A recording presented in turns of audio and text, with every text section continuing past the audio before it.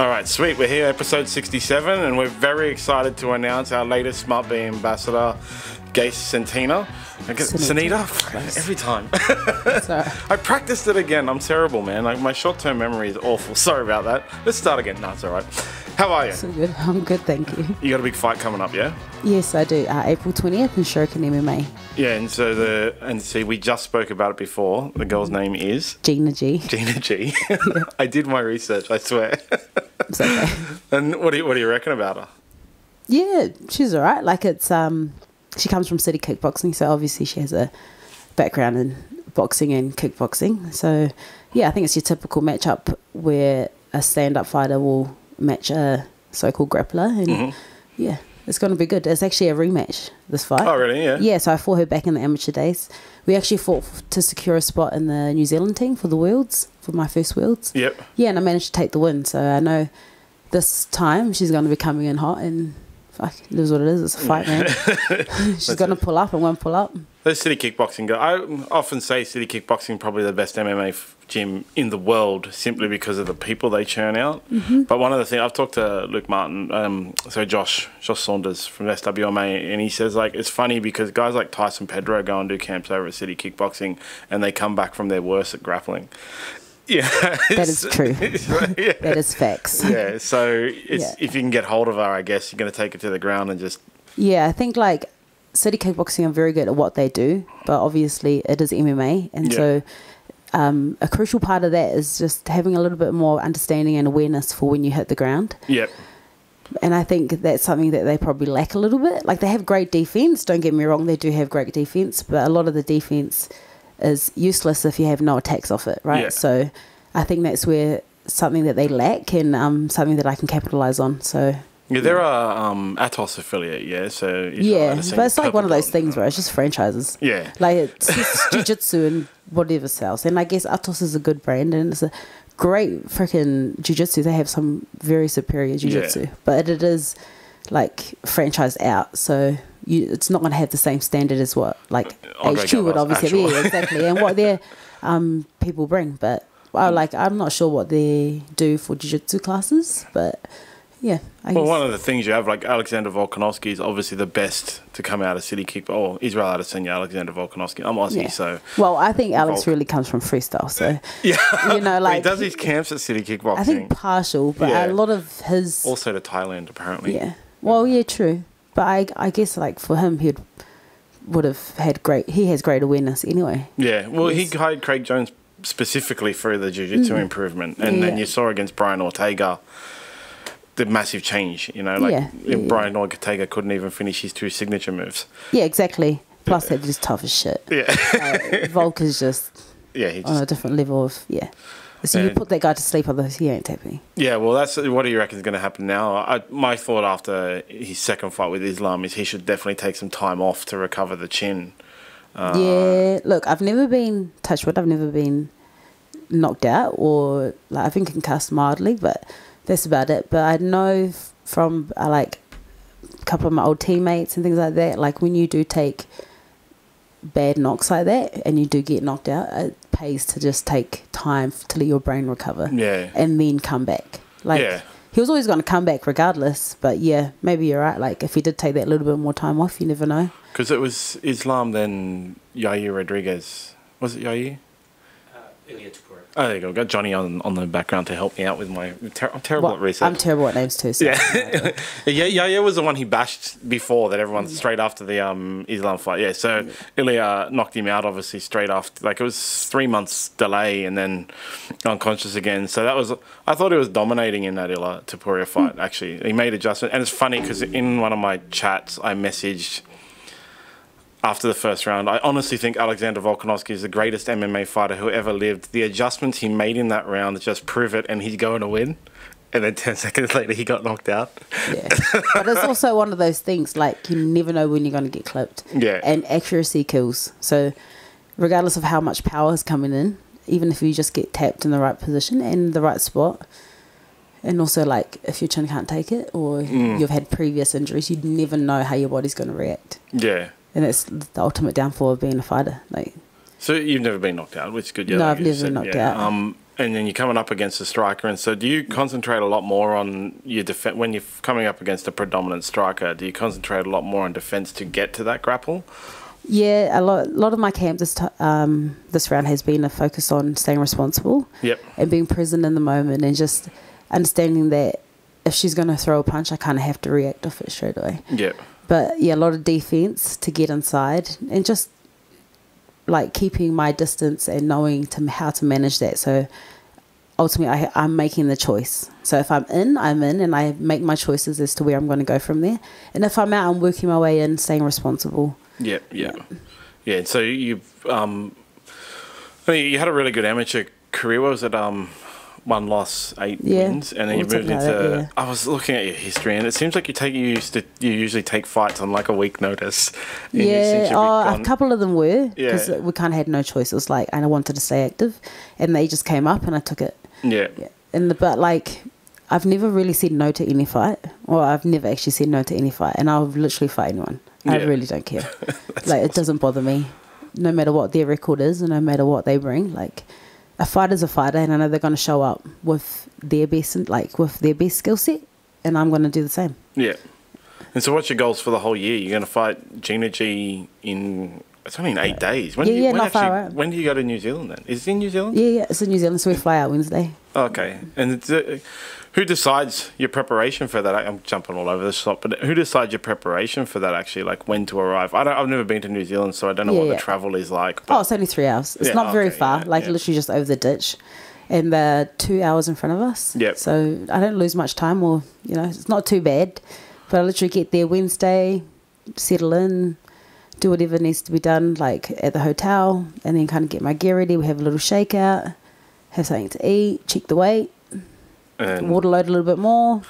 Yeah, and then the next day is pretty much the same thing. Yep. And like we try and get at least one session in or a shakeout in around the same time we fight, just so like my brain's kind of wired. And then usually when I get to like a fight weekend or when I'm flying out for a fight, my body generally stays up a little bit later. So I'm usually like up till like around fight time and then kind of like wind myself down so I try not to get tired.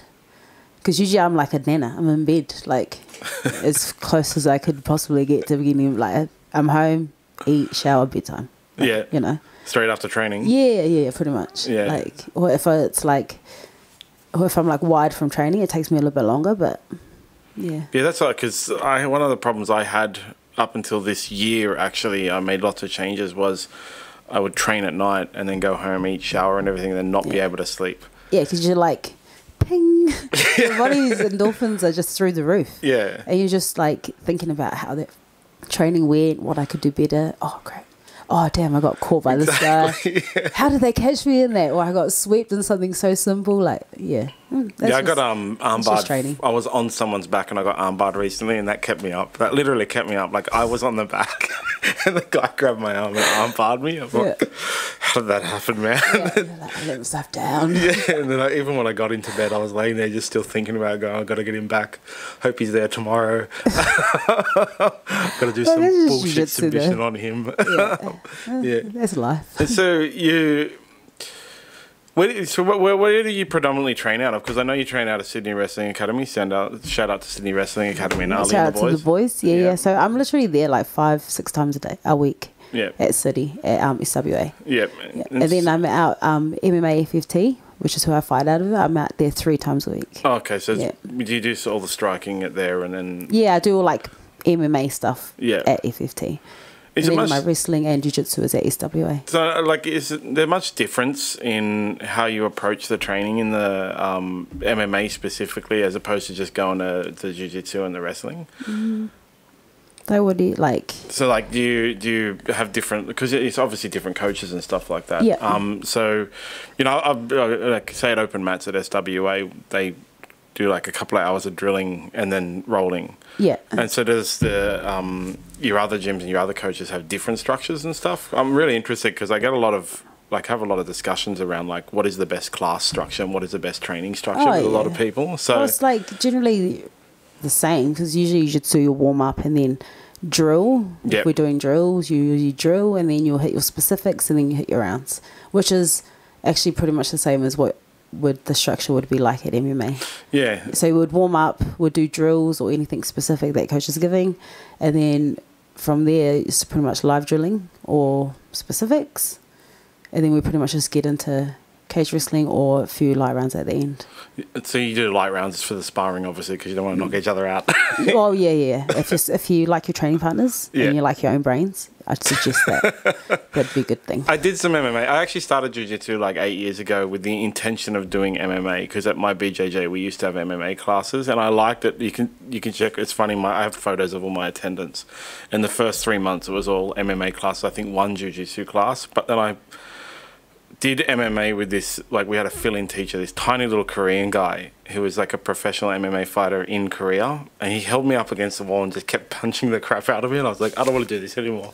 This sucks. It takes a different level head to get punched in the face and still know what you're doing. Yeah, it was just, he was so small. Different comfort. And it was up against the wall, his head under my chin, and just punching me over and over and over. Usually the smallest guys in the gym, you don't fuck with, man. Yeah, that's you just leave them be. Like, my other half, he first time ever trying jiu-jitsu, and I remember this clear as day, and we walked into the gym and I was like, I'm just sitting there watching, and his friend at work had told him about jiu-jitsu, and he's like, yeah, cool, I'll come along. So they rock up, and there's this guy called Spider at the gym at the time, and I kid you not, like, he probably weighed like 55 kilos. He was tiny. He was so tiny. And my husband back then was not tiny. Like, he's a big moldy man. And my gosh, like, he was like a wet blanket on him. I think Spider may have been a blue belt at the time, but he was just like, what the hell? It's like, so size really doesn't matter if that person is that good. You know what I mean? Like, 100%. Like, if they have great awareness and they know where your body's going before you do, you're done, man. Like, yeah, game over. That's the whole idea of jiu-jitsu, right? Like, it's supposed to be the smaller you are, a smaller person can beat a bigger person. Yeah. And it's funny because I have this conversation like where students will say this to me, and it'll be like, I'm supposed to be able to beat bigger people. I'm like, yeah, but untrained. Yeah, exactly. You know? Yeah, but if that person is big and the same training as you, yeah, of course. I'm sorry, technique ain't gonna save your life. Yeah, exactly. It's like, that's the other one. Like, you know, there are no. All of the world champions are all jacked. You know, they're all strong, and always people will say like, oh, don't use too much strength in jiu-jitsu. Then why are they so strong? You know, why are the world champions so strong? Why does everyone lift weights? Yeah, true. Yeah. And you got to use technique. It's obviously technique will overcome, but it comes to a point where there's a battle of strength versus strength. If both techniques are equal, and the stronger guy's going to win. Yeah, the stronger guy is going to win. Yeah. But then, if you're smaller and you're a little bit smarter, maybe you might find your gap somewhere. But that turns into like a 50-50. Yeah, well, last time me and you rolled, I thought I passed your guard, but your heel hooked me. So I remember all my rolls, you know. Like, I thought, yes, I'm passed. Oh crap, tap. You're smaller than me. So. Yeah, I am a little bit smaller. Yeah, so I was like, it's exactly what you're talking about. Like, better technique will overcome the size. I don't know if I'd be stronger than you. I've heard you described as the strongest human being in Sydney, actually. No, definitely not. There's other guys like Saunders out there and stuff. So yeah, but we're trying to get back on track, but it doesn't matter. So this fight coming up in April, and then you're also doing ADCC in 3 weeks. Yes, yeah. 3 weeks. 3 weeks after this one, Yeah, so that's in Thailand? It was just in Singapore, and now it's in Thailand. Yeah. We were even just having this conversation, but I forget everything. Normally we have Dan here who keeps me on track, actually, but he doesn't care about MMA, so he refuses to come. Fair enough. So what do you think about ADC? It's going to be good. Yeah. I'm doing under 65s for this year. Yep. Yeah. Do you know who else is doing under 65? The only person I know is Nikki. Yeah, that's only because I bumped into her at one of the comps recently, and she had told me she's doing under 65. So that's probably the toughest, because she's a favourite. She'd be the favourite. She would be the favourite, and I actually lost to her my first ever trials. I did in Sydney, the Sydney trials. The 2022 one. Yeah, that was in the finals. Oh yeah, I was watching that. We were watching that, and I was with a few of the SWMA guys, and I thought you were going to win. I was just like, I kind of fucked that one up myself. Yeah, we were learning. I've only kind of recently learned about heel hooks. Well, back then, when I first kind of came to Sydney, so my old gym was just very traditional. So we didn't learn anything, legs or no sorts of entanglement, not even straight for lock. Oh, so I kind of like learnt a lot of that when I was here. Anyway, Lucas was showing us, shout out to Lucas, Hey, Lucas. my coach. He was showing us heel hooks. And I was like, oh, yeah, cool. And I kind of like had got into the right position, and I had like that hook, and I had the foot, and I went to go readjust. And when I went to go readjust, I undid my hook that was underneath the knee. Yeah. And Lucas was like, yeah, you're good. And as I let go, he's like, don't let go. And I was like, huh? And I reached over to like readjust on the foot, and in doing that, I exposed my whole back. Yeah. And then by then it was too late. She was already chasing the back, and I was like, oh, that's what he said. And I was like, shit, I missed something, But like, yeah, it is what it is. Like, she capitalized on my mistake, but like, yeah, I was like, yeah, and I was like learning it, and I was just happy that I was able to actually implement a little bit of something that I was learning in training. Yep. In a real comp.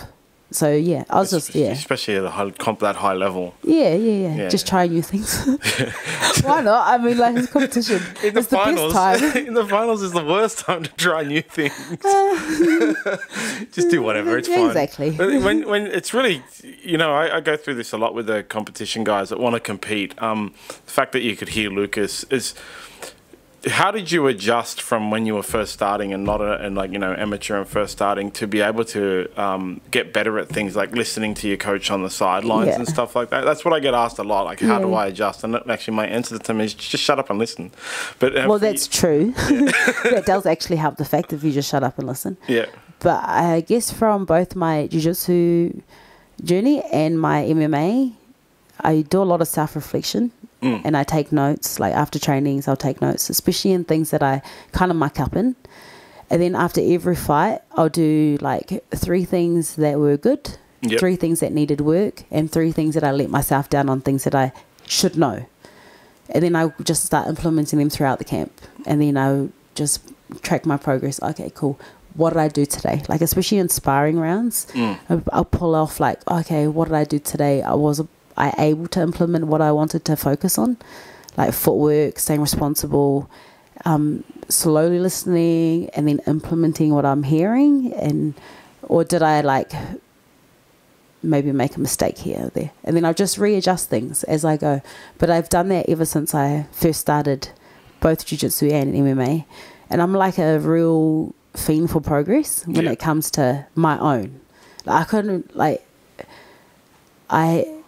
well, like, say, for example, the Jamie fight. So, like, I did a few mistakes in there that I told myself I'd never do again. So I went back and I, looked, okay, where did I go wrong in those things? And then I took all of those and then I started implementing them as soon as I got this fight. Like, pretty much as soon as I walked away from that cage, and the next day I kind of, like, did my self-reflection and then took everything that I needed to work on and started implementing it then. And then after that, just, like, small and slowly.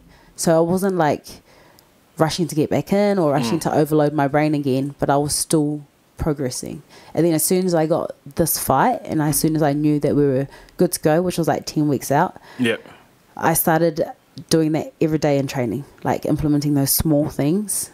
And then small things become big things. And then eventually by the end of camp, I was able to implement a lot of it. And so that's just pretty much how I track my progress and how I try and like stay on top of things. Like, and it wasn't until a few years ago when I started, like, shout out to my mate Sam. He actually gave me some sound advice that I live up to this day, which is no matter what, you still got to be kind to yourself, because like the sport's rough, man. Like, and people can be fucking mean, and we can be extra mean on ourselves when we don't need to be. Like, progress is progress, no matter what it looks like. And even though you could do the same mistakes, or like maybe take a few steps back, at least by the end of camp, if you've taken all those steps forward slowly and slowly, you'll be able to see you've actually made so much progress and gained so much more positive things from your camp in general and from the fight before. And then you like, okay, sweet, like, oh, you gotta pat yourself on the back, like, oh, well done, you did a good job. So like, I'm hard on myself, but I'm also kind to myself when I know I need to be. Yeah, that's good. Yeah, we were talking to Mitchell Pearce yesterday, and he was talking about a lot of visualization and understanding yourself and stuff like that as a professional. That I actually, no matter who I get in here, I always like to talk about the difference between professional and amateur and get your kind of thoughts on it, because I started jiu-jitsu, I'm in my 8th year. Okay, so 8 years ago, 7 years ago, whatever, I went to a Sydney Open. About the same. Yeah. Why are you so much better than me? This is not fair. Damn it. But when I first started, I went to a Sydney Open, the International Open, the IBJJF thing, and there was like, 300 or 400 competitors. And then everybody who was there was, the coaches or the family or whatever. And there was no interest from outside. And then we flash forward with the growth in popularity and stuff like that. And now we have things like ADCC year before had 15,000 people sell out the Vegas thing. Oh, yeah, it was nuts. So there's a drastic change in professionalism amongst jiu-jitsu and MMA actually in Australia. Yeah. And I'd just like to get your thoughts on what you perceive as the difference between, because you are a professional, as opposed to how amateurs train. Not even amateurs, like non-professionals. Because I like, one of the things I like to say is that I actually know a lot of people who just train twice a day, put their name on a rash guard and say, I'm a professional fighter. Hobbyist. Yeah. It's hobbyists at best. Yeah, exactly. Yeah. So what's the difference that makes you a professional in training as opposed to these guys who say they're professionals, but in reality, they're just hobbyists? They're hobbyists. I don't really know. I know we don't, like, I mean, coming from East WA, we don't train any different because everyone in the room trains the same, has the same intensity, regardless if you're competing or not, or if you have just started, like the beginners classes, it's still very much the same level of intensity and the same level of training. And a lot of the boys at SWA will show up 6 times a week, even 7, because we're open 7 days a week. So a lot of them will show up then. So I wouldn't say the training is any different. Maybe maybe what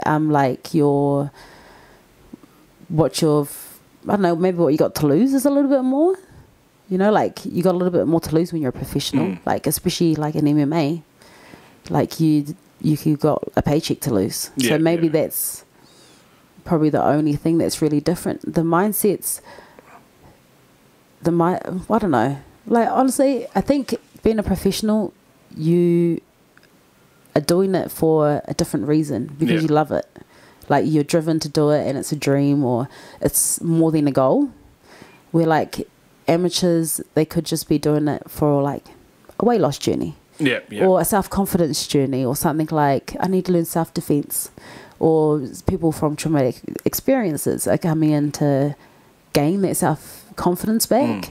Whereas a professional, you're doing it because it's either a job or it's a dream. I think that's actually a good point. Like, especially for MMA, it has to be more driven as a dream. Surely nobody sees MMA as a job. Job? Getting punched in the face. Yeah, true. But like for me, it's a job and a dream. Like I'm living my dream job, getting punched in the face. But I love it. Like you wouldn't do it any other way. You wouldn't put yourself through the grinder, put your body through the grinder 6 days a week to say, I'm a hobbyist. Yeah, that's like you got to be done. Like seriously, it's not smart. Like SWA is a good actually segue. Like it's a good example of I think I talk about a lot. Like I think the difference between a gym that promotes professionals or has the attitude of promoting professionals, as opposed to a gym that just has hobbyists and stuff like that.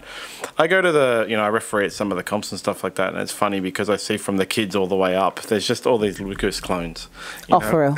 Like it's like a 5-year-old running out pulling DLR and doing a berimbolo, and then the 7-year-olds and the 10-year-olds and the adults. But then there's the other side of them. There's also guys that are like really heavy wrestling guys, like Ali. Yeah, like Ali. Those two are the best of both worlds, man. Yeah.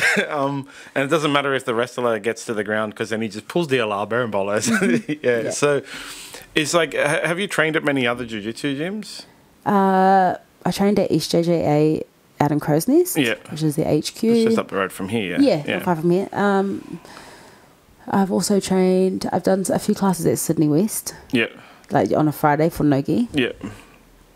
I've also trained at my old gym back home. That's about it. So what do you think, because SWA like burst onto the scene basically just after COVID. Yeah. What do you think is there that makes them so much better than basically everyone else? Not everyone else, but there's probably like five gyms. I'm not being biased, but I do rate them. Yeah, there's like 5 gyms in Sydney and around Australia right now that are like top tier. Yeah. And even I'd say 3 years ago, you know, with the subversions and stuff like that, we used to make fun. Everybody used to make fun. Subversion used to be grappling education versus Sydney West martial arts. That's what it was. G versus the world, is it? Yeah. But now there's other ones, like, and SWA is one of those ones. So I think there was one of the trials, I think 2 ago, SWA won they had a fighter in every single weight class in the trials. So what do you really think is the difference that makes them so much better? Because as you said, the training structure is the same. Yeah, pretty much. Like every gym is pretty much running off the same structure. I guess for us, we're very, like, Lucas and Ali are both driven for progress. Yeah. So regardless of what you're having difficulty in, they'll go out and look it up. They will upskill themselves to help upskill us. But they have, I don't know, their attitudes are great. Like, and I feel like we have a lot of well-rounded game. So like you said, we have great wrestling. And as much as Luke is great on his back, that dude is amazing, like, with his top pressure. Yes. Like, he's very well-rounded in jiu-jitsu, both him and Ali. Yeah. So I guess that's what covers SWA for technique and their skill set, is because we have well-rounded coaches who are willing to help progress all their students and everyone under SWA banner. Yeah. And, like, you know, like, we have the likes of Ari who comes in all the time. You know, Josh is there all the time. So, like, the level in the room is always high, and you can literally ask anyone for help in that gym, and we'll try our best to help you. Or if not, we'll direct you to the right coach that could help you, you know. So there's absolutely no ego, and everyone is always sharing the load, you know, like, in terms of coaching and giving advice. And yeah, I think that's what makes it, that's what has been, like, that's what led the progress in SWA so far, I think, and why they've been able to escalate to the point where they have now. Yes, very quick. That's the thing. And the attitude of competition is just awesome. Like, we don't really force anyone to compete. We don't mention, like, hey guys, there's comps such and such, but our parents are very involved.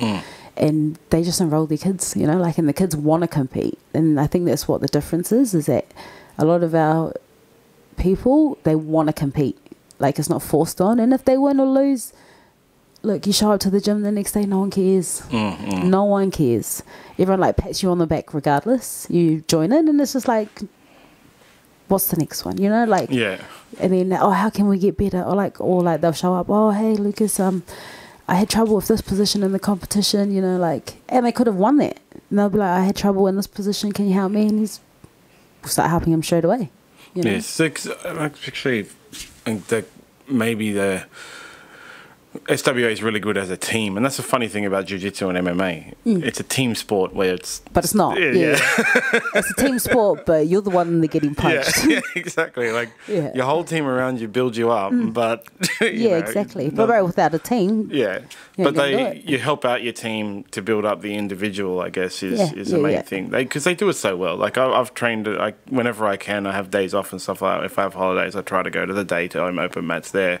I encourage everybody I know who asks about competing and how they can get better to go and watch, go and attend some Sydney Wrestling Academy and say, like, because then you can see what the guys are doing. Like, exactly. And they're very willing to help you. One of the guys from...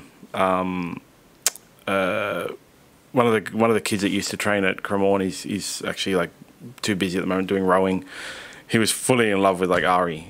You know, he loves the Barambolos and all that. Oh, that guy's got a good following. And I said, dude, I know that guy. I can introduce you, but I don't need to. Just go to just my rock BJ. up. Exactly. Go to Westside. Walk up to him and say, hi, Ari, and he'll talk to you. And then if you ask him anything, he'll just help you. For real. They're literally that open. And that's what I love about it. Everyone's so open-minded. And they will just help you. Yeah, and there's a lot of guys that are from other gyms, like, you know, Jun, who competed at Subversion on the weekend. Yeah, Ninja. He's a ninja, man. The coolest guy in jiu-jitsu, actually, I think. So he's from High Rollers. But Yes, he always thanking Ari and stuff like that, Yeah. And so Ari's a sensei, man. yeah, it doesn't matter what gym you're from, where you train or anything. It doesn't. Yeah. And they have an open book policy, both Westside and SWA. Doesn't matter where you are or what flag you fly. Just rock in, man. Just rock up, and you really will get the best in. During the day, I was there the other day, and there was guys from every gym there. Yeah, for real. Yeah. They were very open. Yeah. Doesn't matter. And so, where do you think that kind of comes from? Because it's very different to jiu-jitsu is very closed, actually. Yeah, for real. But it's like one of those stories. Everyone's got a traumatic past in fucking jiu-jitsu. Everyone's got it. Everyone's got something they didn't like, and I guess they created something that was truly open to the community and how they wanted to do it. Yeah, and that's just a reflection of how guys. they are. Yeah, exactly. Yeah, because Ali is he's the nicest guy in jiu-jitsu. For real. Yeah. I love that guy. He'll shake your hand and then make you a coffee, bro. Yeah. And then take him upstairs and he'll just pass my guard and make me feel like I don't know jiu-jitsu. Well, then that too. Yeah. I think the other day when I was there and he was going to be competing against Ash, and then Jake told him Ash does a lot of half guard, so Ali rolled with me to practice half guard. Yeah. It's my preferred half position. Guard. Yeah, but even afterwards he admitted I could have passed.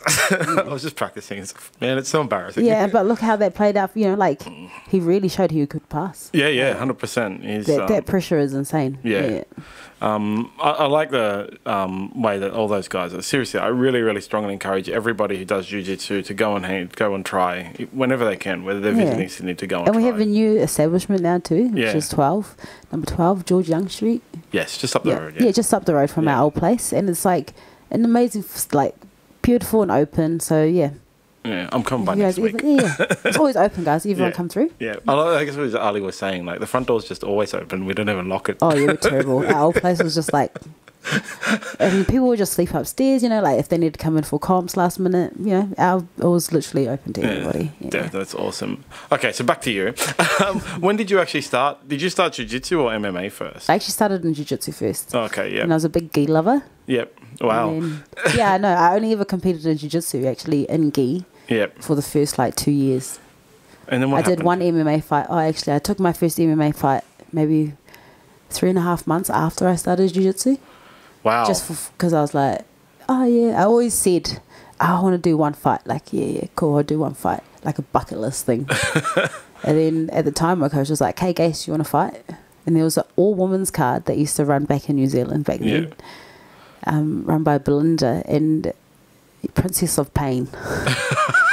And it was an all-women's card, man. And a lot of these women were their first timers, and we literally all rocked up and had our first fights that night, a lot of us. Had you done striking before or anything like that? Or just... Nah, box fit. Oh my God. You just jump into an MMA fight with 3 months of jiu-jitsu. Yeah. But mind you, my other half did it for a long time before I jumped in. And I was just watching on the sidelines. Oh, okay, but still, come on, 3 months of... And how'd you go in the fight? Yeah, I lost. That was my first ever fight. I lost. But it was gave you the bug? Yeah, it gave me the bug. Also gave me that bug of I hate losing. But I just hate feeling like I could have done better. Yeah. And I know I should have done better, so I'm going to go and do better. Seriously, 3 months of jiu-jitsu, you did fine. We stood and banged for a lot of it for 3 rounds. She was a lot, it was just a different weight class at that time too, super heavyweights. And I went to go pick her leg up and she stopped my takedown straight away. She was heavy, so it made a little bit of a difference. Size does matter in that situation. There's a reason they have weight classes. Yeah, for real. There's no open class in MMA. No. But except in Russia. There is too. Yeah, they have the weird crazy. Fights. Yeah. They have fights in cars and free for all in cages. Yeah, exactly. It's I like to watch that stuff, but more as a joke than any real interest.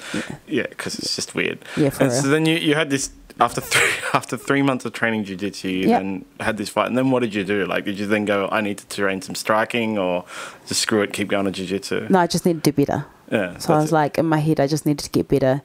I needed to fix where I was going. And then, I started trying to do a little bit of boxing back then. It wasn't very, I compare it to what I compare it to my training I get now. It definitely wasn't on the same level. As in terms of footwork or strategy, mindset and technique. So it definitely wasn't at that level. But at the time, I only had a jiu-jitsu coach. And that's pretty much what I ran with. Okay. Yeah. Wow. Yeah. My mind is blown. Just screw it. Jump into MMA. I've done 3 months of jiu-jitsu. It's fine. Yeah, you're right. It's a fight, man. Like. Yeah. And so then how long before your next fight? I think it was like 6-7 months later. Yeah, it wasn't too much later. It was on the next Princess of Pain card I took my next fight. But I dropped maybe a weight class or 2 weight class. Yeah. 10 kilos down for the next one.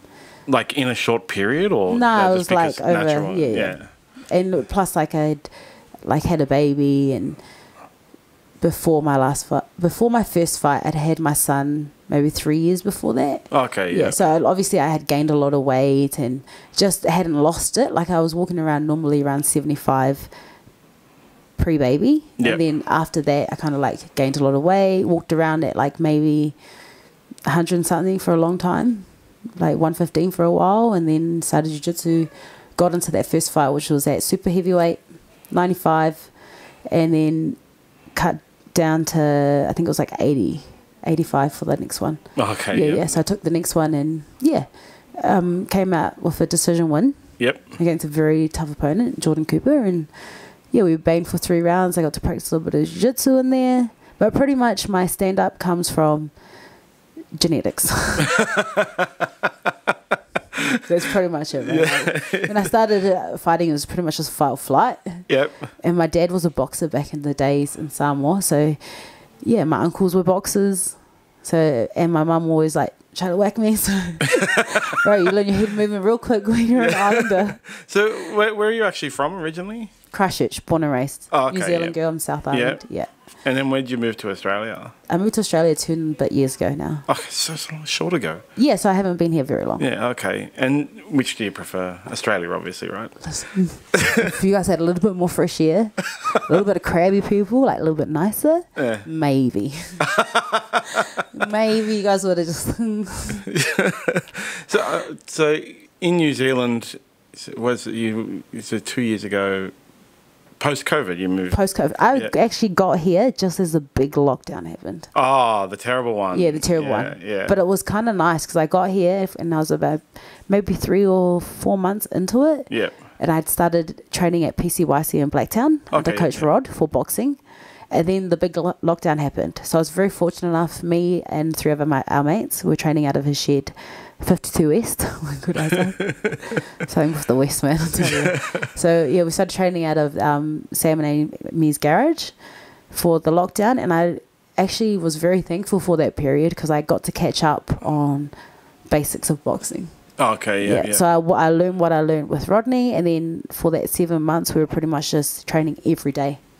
Working on footwork, working on hands, working on anything to do with MMA.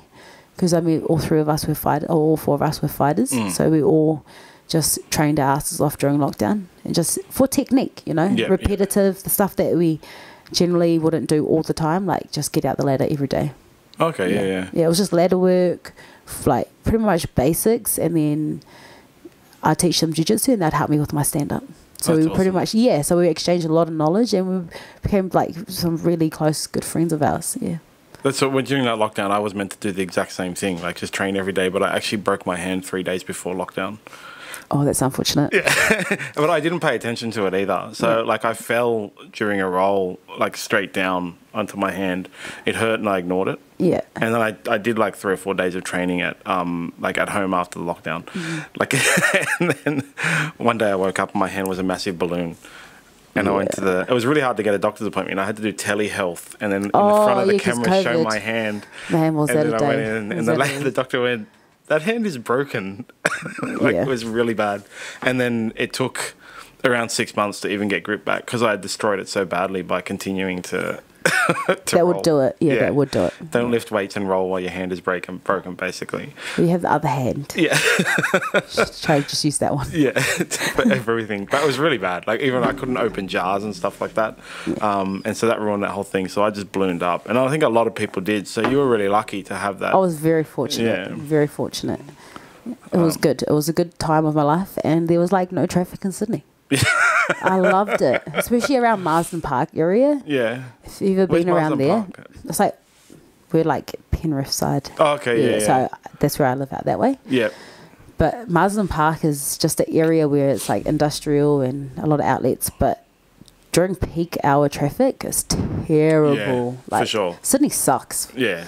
Well, they treat the people out west very terribly. Like, it's you know, there's a whole thing for years. Like, the Penrith area is the most densely populated area in Australia.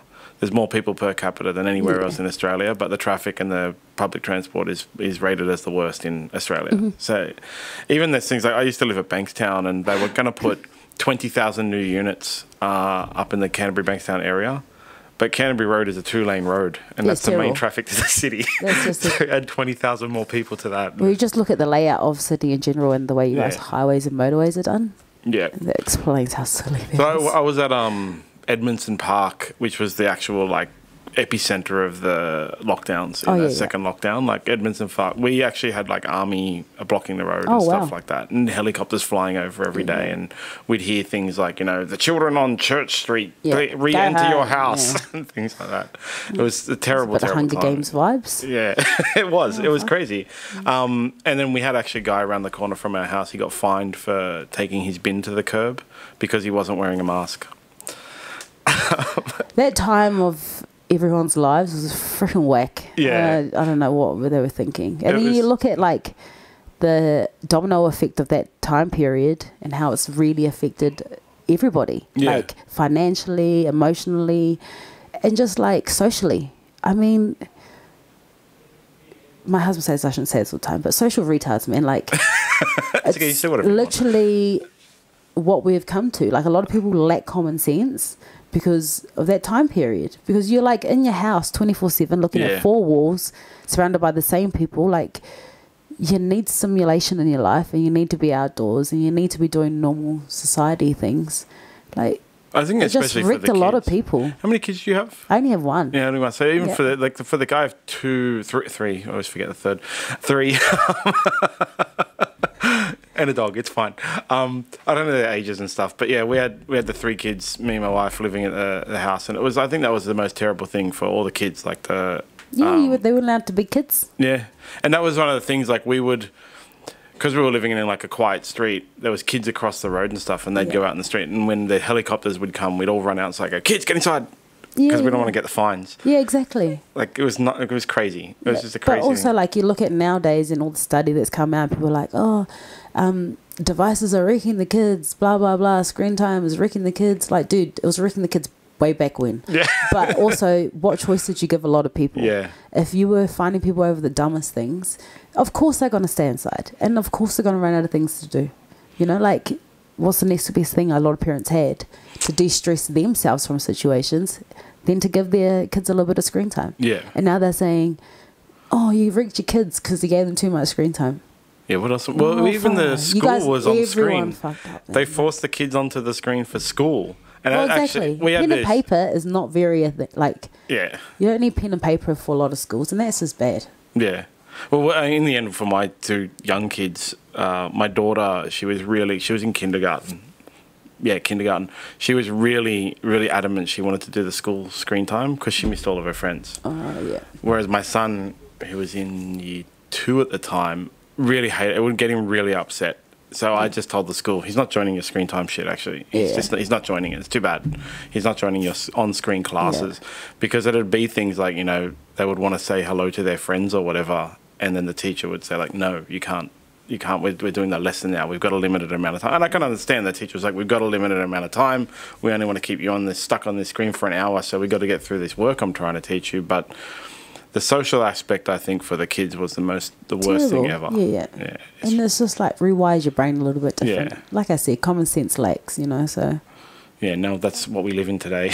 Yeah, exactly. And this is just the domino effect of that.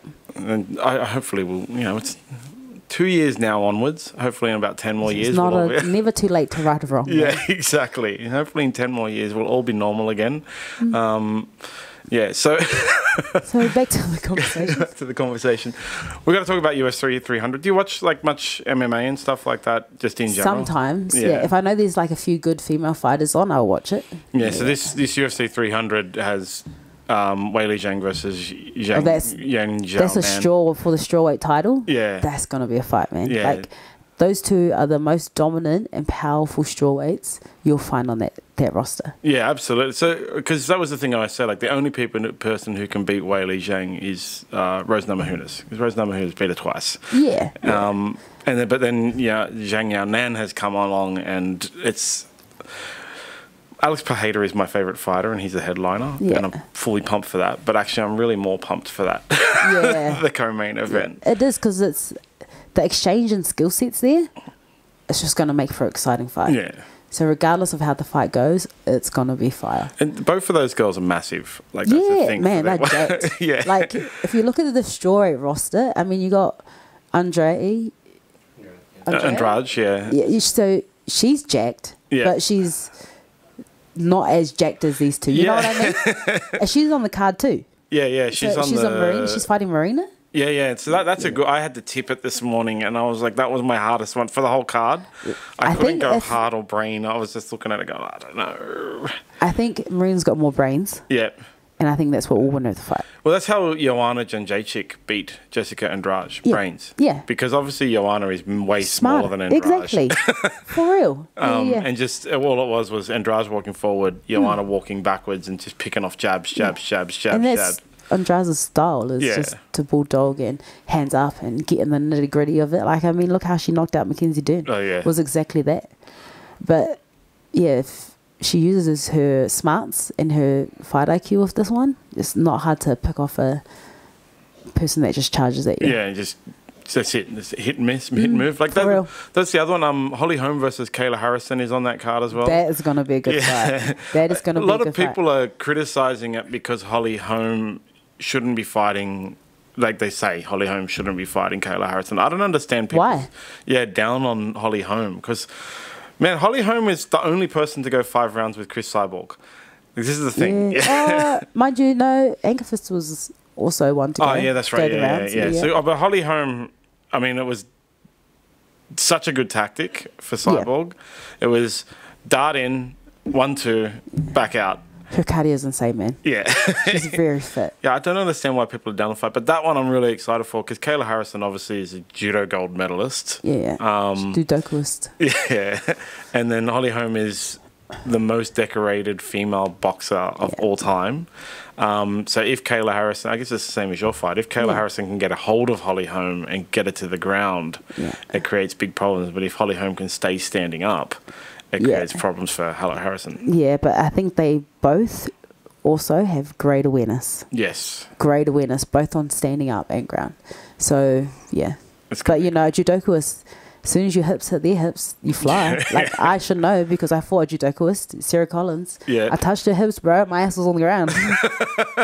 So like, they're so sticky. It's reactive. And I've done it for many years, and it's just, you touch, you fly. Yeah. Like, you know, so, and it's just instincts. And Kayla Harrison used to train with Ronda Rousey as well. And it's obviously Olympic gold medal is the greatest she can possibly achieve in judo, more so than even the world championships and stuff. And I think it might even be that she's got 2 medals. I think. Oh, she's had a couple or something like that. Yeah. That's another one that I'm real pumped for. This is the best card ever. And they're both just very determined athletes and fighters, so it will make just for a solid fight. Yeah. But I think there will be a fair bit of exchange going on standing up before it goes anywhere else. Are you going to wake up at 8 a.m. to watch it? Well, obviously you'll already be awake, but are you going to watch from 8 a.m.? Yeah, probably, actually. I probably will be because the card opens with Davison Figueiredo versus Cody Garbrandt, who has 2 ex-champions. Yeah, it's crazy, right? Card. So, like, a lot of the prelims are actually fighters that used to be the main, all of the main card. Yeah. Most of them. Oliveira's in there. Yes. Like... See, I love watching that Jazz Jiu-Jitsu people. Yeah. Charlie Olives against Gaethje. Oh, that's going to be the bomb. That is awesome. I love both fighters are great. Yeah. It's like, who's going to get clipped first? Yeah, that's like because actually Jake O'Driscoll was saying Max Holloway is his favourite fighter, and he just can't tip against him. Yeah. And that's Max Holloway's never been knocked out. No. But statistics. But yeah. Stats man. Justin Gaethje, Khabib Nurmagomedov said Justin Gaethje is the hardest hitter he's ever faced. And when Gaethje got that, there was like a sequence where he hit Khabib, and Khabib looked shocked. Yeah. But then went, all right, that's the best you got. Here we go now. I want to see Justin Gaethje do that to Max Holloway, but I don't, because I love Max Holloway. Yeah. And, it will be. But then they're both very tough. Yeah. And Max is very creative. Yeah. But but it's MMA. Like I said, you never know when you're going to get caught. Yeah, and then because Justin Gaethje also was the person who broke Tony Ferguson. Tony Ferguson was everyone's favourite, 13 wins in a row. We thought he was going to fight Khabib, and then Justin Gaethje broke him. And that's Max Holloway is kind of the same. He's the big fan favourite that everyone loves. Yeah. Yeah, that one's hard to... Yeah, I tipped Max, just so everyone knows. I tipped Max. Say it publicly. Really? Yeah. Okay. But it's just because I think that was a bias, because I really love Max Holloway just as a person. Yeah, he's cool, such a character. Yeah, down to earth, a real person. Yeah. Just does what he does and loves to fight. Yeah. That's a fighter. And he stopped sparring. That was one of the things that was really interesting about him. After he lost to Alex Volkanovski, he cut sparring out of his training regime altogether. But apparently now he started again because he thinks Gaethje is such a tough fight. Well, I think you have to practice sometimes getting hit. Yeah. Or at least the intensity behind someone actually hitting you. So maybe it's not a bad thing. Yeah. Yeah, because you can't plan for that stuff. You don't know how your body's going to react to it under pressure. And I don't know, I'd imagine it like getting hit by a truck if Gaethje's hitting you. Yeah. And you can't prepare for that other than maybe... to actually get hit. Doing some, situational stuff or whatever, but yeah. Yeah, that's so... there's so many... We actually... Because normally me and Jake, we tip only the main card, but for this fight, we tipped all of it. The main card is the end of it, but the start of it is so... Yeah, I can't...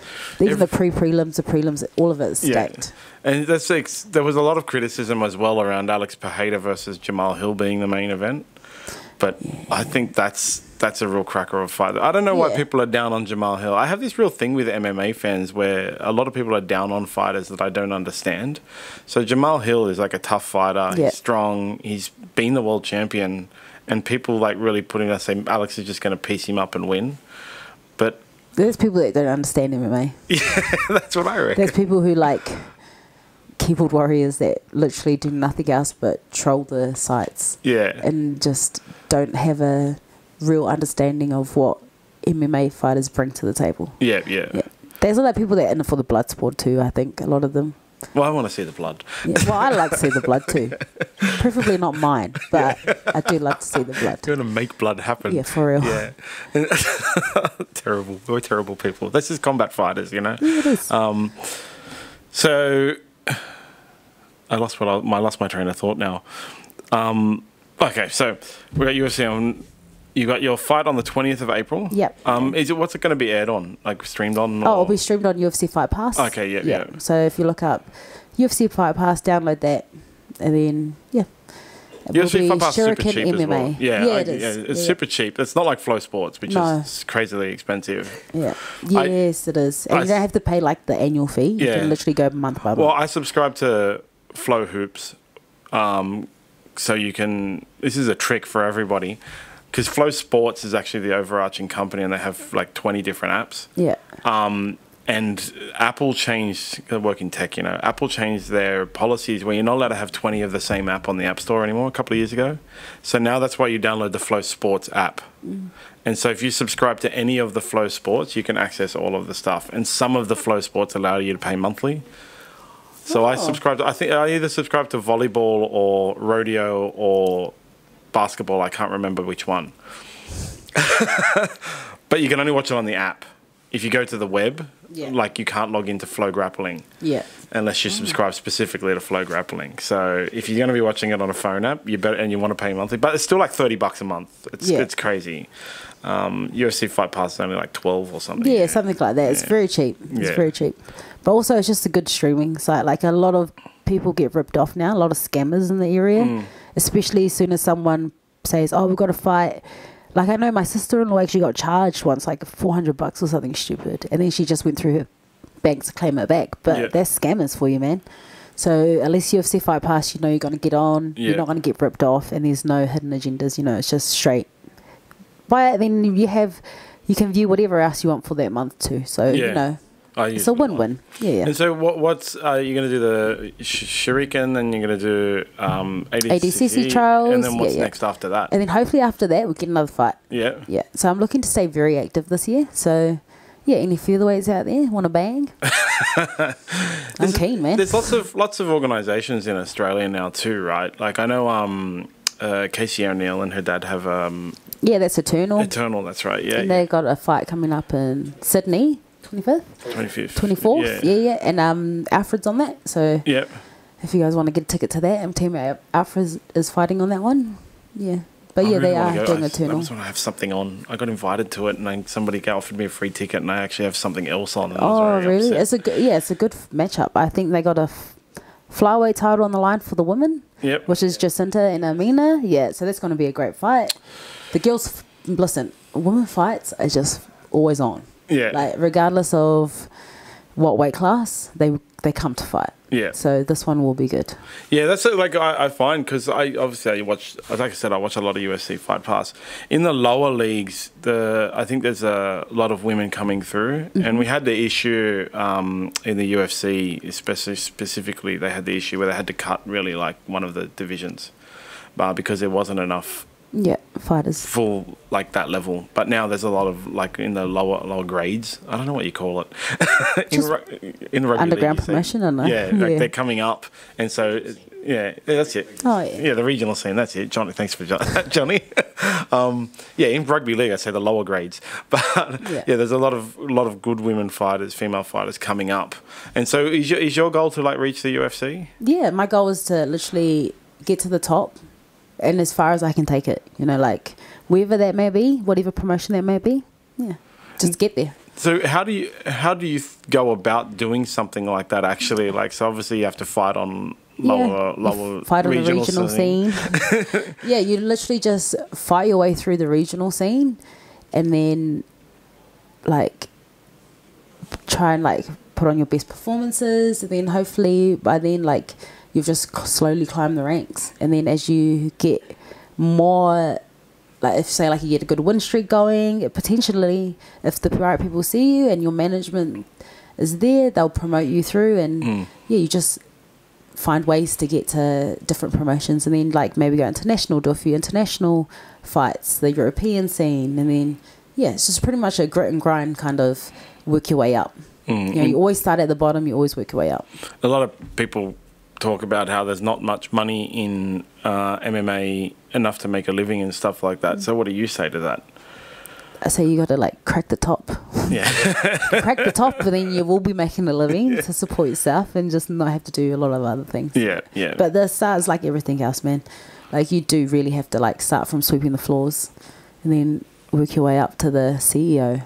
Yeah, that's one of the one things, way to do it. Like I find actually about this whole argument about how there's very few rich people in jiu-jitsu, because there are very few rich accountants as well. Like that's one of the things I like to use the analogy. Like people start, like you say, sweeping the floors, and they start on low pay, and then there's millionaires and billionaires in basically every industry, but it's just the people that work hard and get through and keep going that actually get to that point, as opposed to saying, I see it a lot on the internet, like when somebody asks a question, how do I make money in jiu-jitsu, everyone will reply and go, oh, you can't, it's impossible. No, you can. Yeah.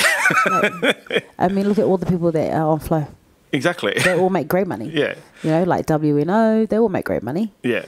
So yeah, you can make money in jiu-jitsu. I guess it's just how you live and how you sustain your living, and it also just depends on how you define being wealthy and rich.